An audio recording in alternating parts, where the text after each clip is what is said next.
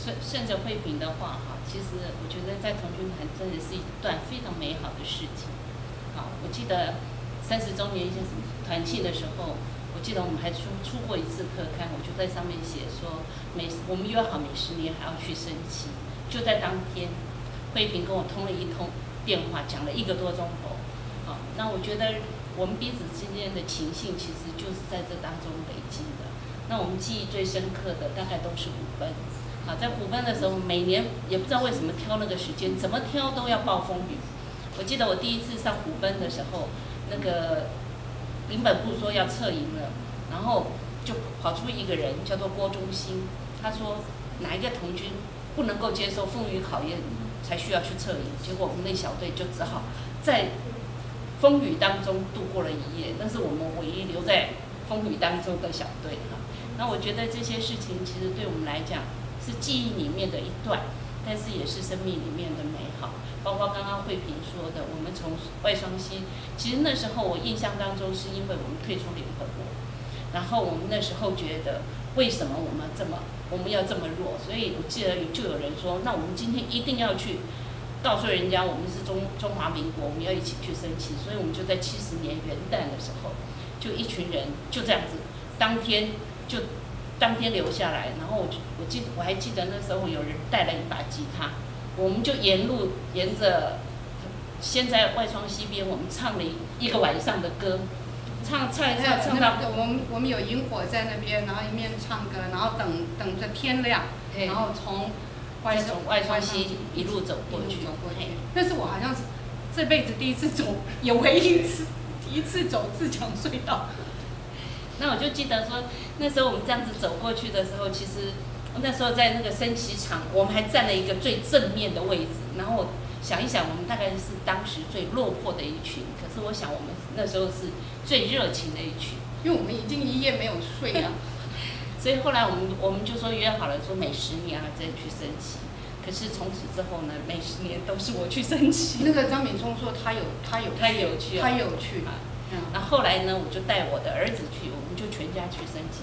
升旗到100年的时候，我儿子说：“妈，你每年都来做这件事情有什么意义啊？”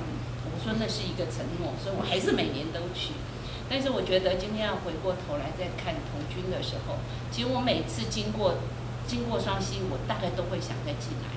有时候只是因为停车不方便哈，但是我觉得每次走过我都会想要下来。那我觉得在这里，我觉得不只是青春，我觉得真的生命就融在这里。刚刚慧萍讲说，我们走到职场之后，其实我觉得童军给我的，其实除了做事的方法，我记得以前我们在策划活动的时候觉得很烦，你们写这么多。可是等到我去工作的时候，我发现我所有策划事情的能力，或者是对活动时间控制，其实都是来自于童军活动里面点点滴滴的训练。